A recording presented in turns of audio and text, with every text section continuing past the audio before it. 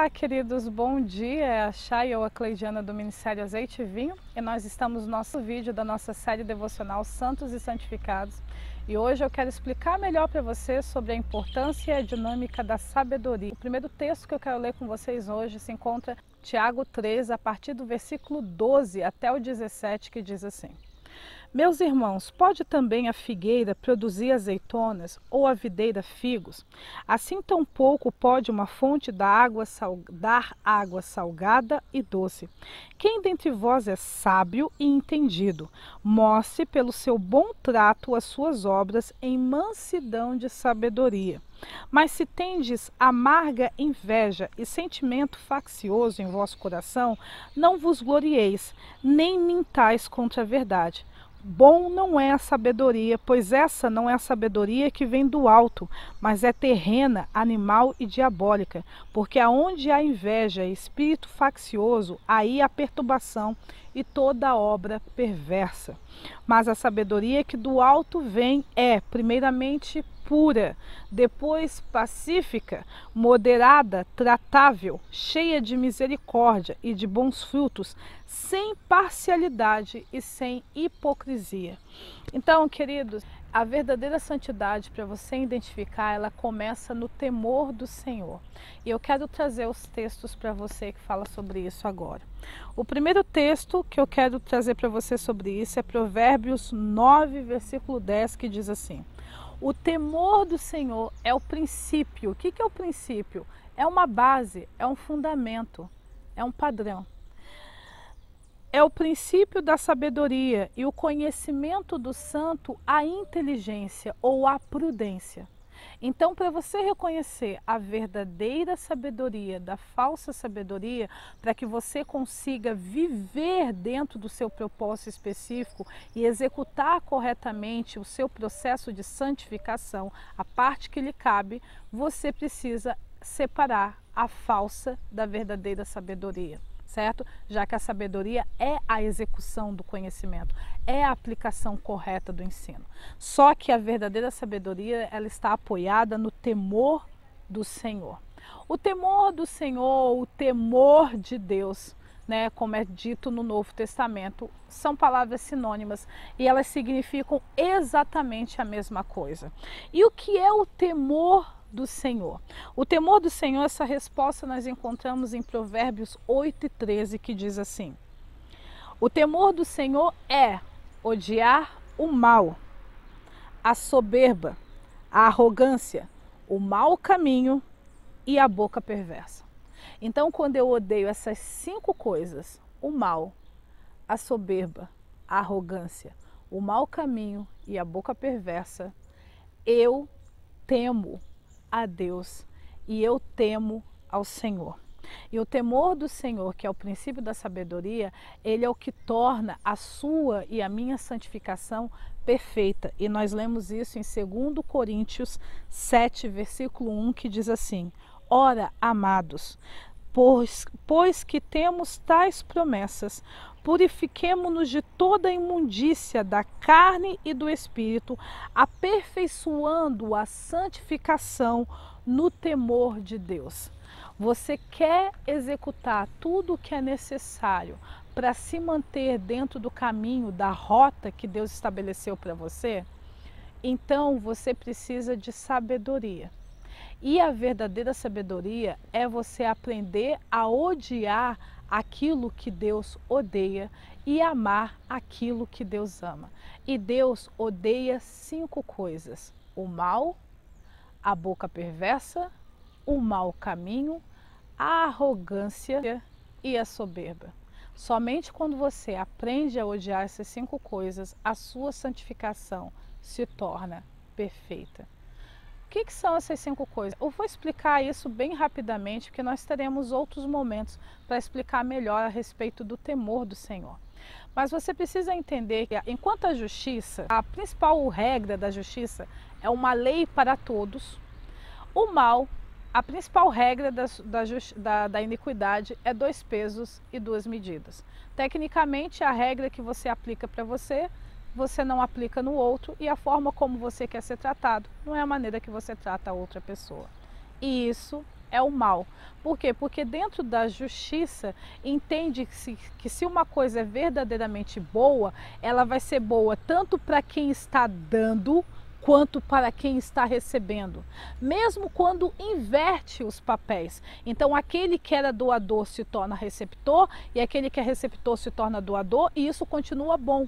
Mas na iniquidade não é assim, são dois pesos e duas medidas. O que é bom para um não necessariamente será bom para o outro. Vou dar um exemplo de pedofilia.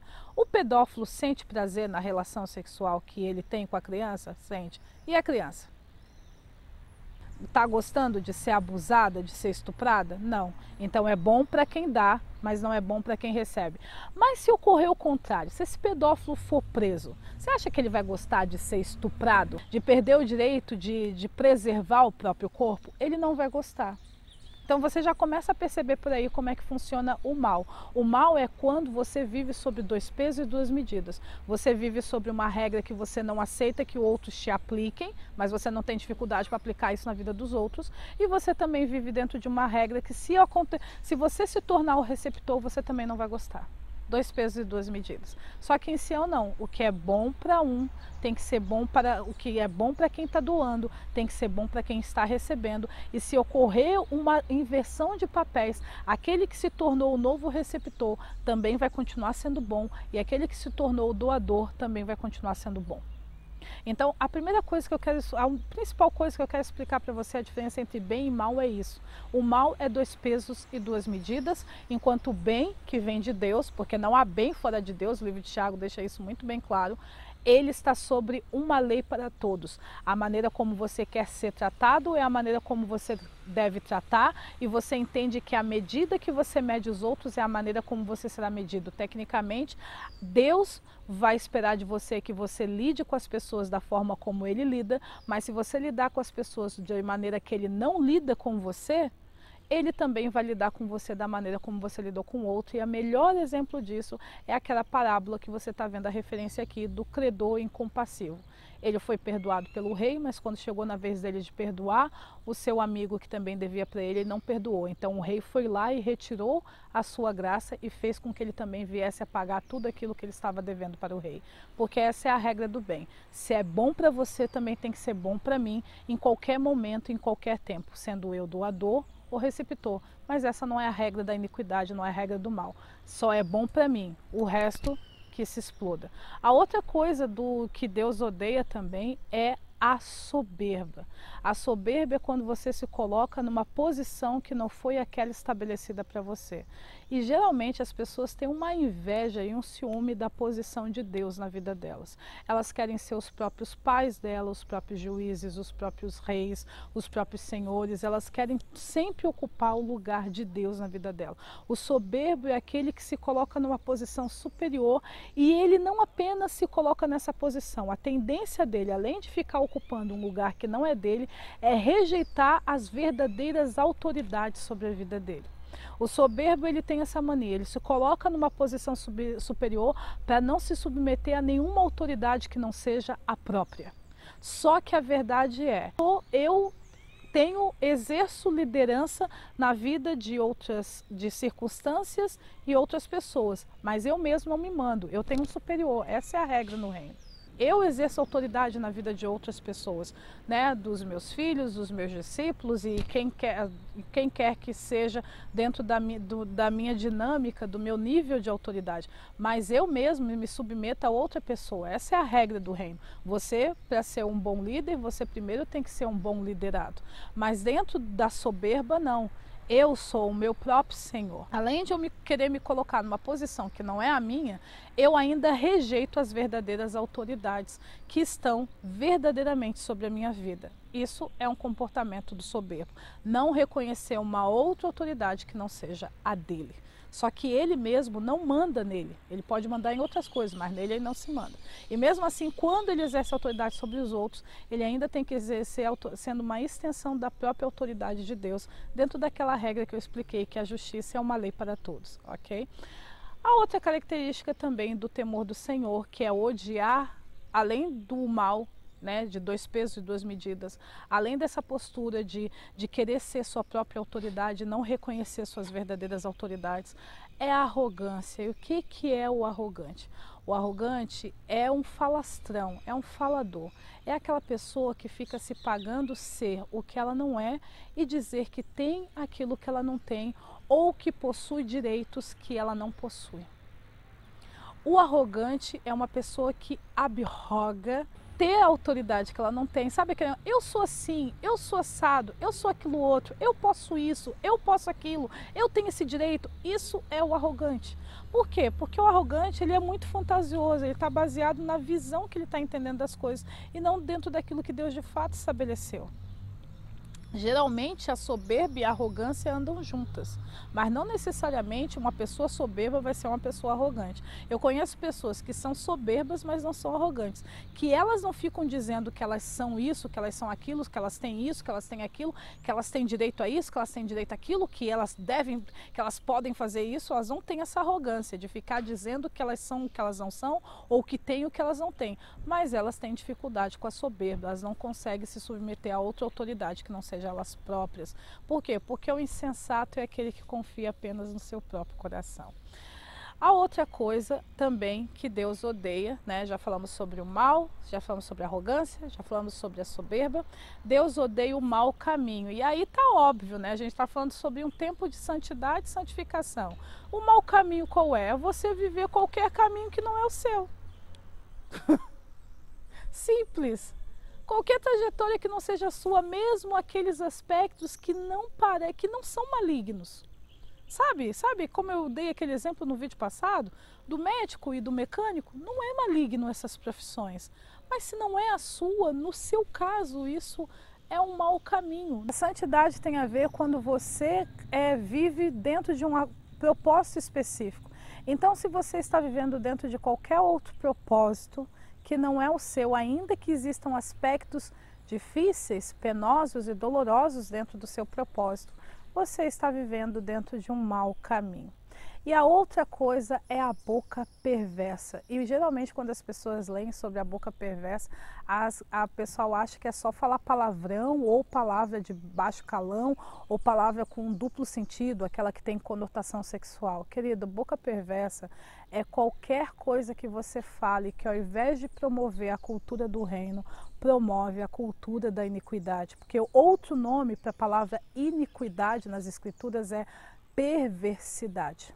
O perverso, o iníquo, o ímpio, o pecador, eles são sinônimos para um tipo de pessoa que vive dentro de uma cultura oposta à de Deus. Então, quando você usa a sua boca, e entenda, a fala não é só aquilo que sai dos seus lábios, a fala também é a forma como você vive, a sua voz. E como você se deixa em evidência para as pessoas? Por aquilo que você fala, mas também pela maneira como você vive. Tudo isso é a sua boca. Porque as pessoas não reparam apenas naquilo que você fala, as pessoas também prestam atenção naquilo que você faz, na maneira como você se comporta. É por isso que você vê lá em Salmo 19 que diz que um dia discursa, ensina a sabedoria para um outro dia, mesmo que entre eles não há nenhuma linguagem e nenhum som, mas ainda assim nós conseguimos ouvir a sua voz. Por quê? Porque a voz, a boca, não é só o que você fala, também é o que você faz. Por isso que Jesus fala que seja o vosso falar sim, sim e não, não, porque sim de lábios, sim de ação, não de lábios, não de ação.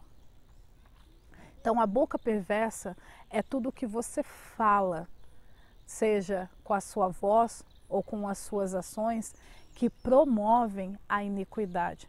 Todos os seus comportamentos que estão promovendo a iniquidade, que estão fazendo com que a cultura do mundo se torne evidente por meio da sua vida e seja exaltada, adorada, reconhecida, tratada como correta no meio da sua vida, isso é a boca perversa. E é óbvio que também inclui piadinhas de duplo sentido e palavras de baixo calão, né, palavrões, xingamentos e coisas desse gênero, certo? Porque Deus, ele sempre vai falar de uma maneira que preserve a sua dignidade. E um tipo de linguajar como esse não preserva a dignidade de ninguém, nem de quem fala e nem de quem é alvo dessas coisas.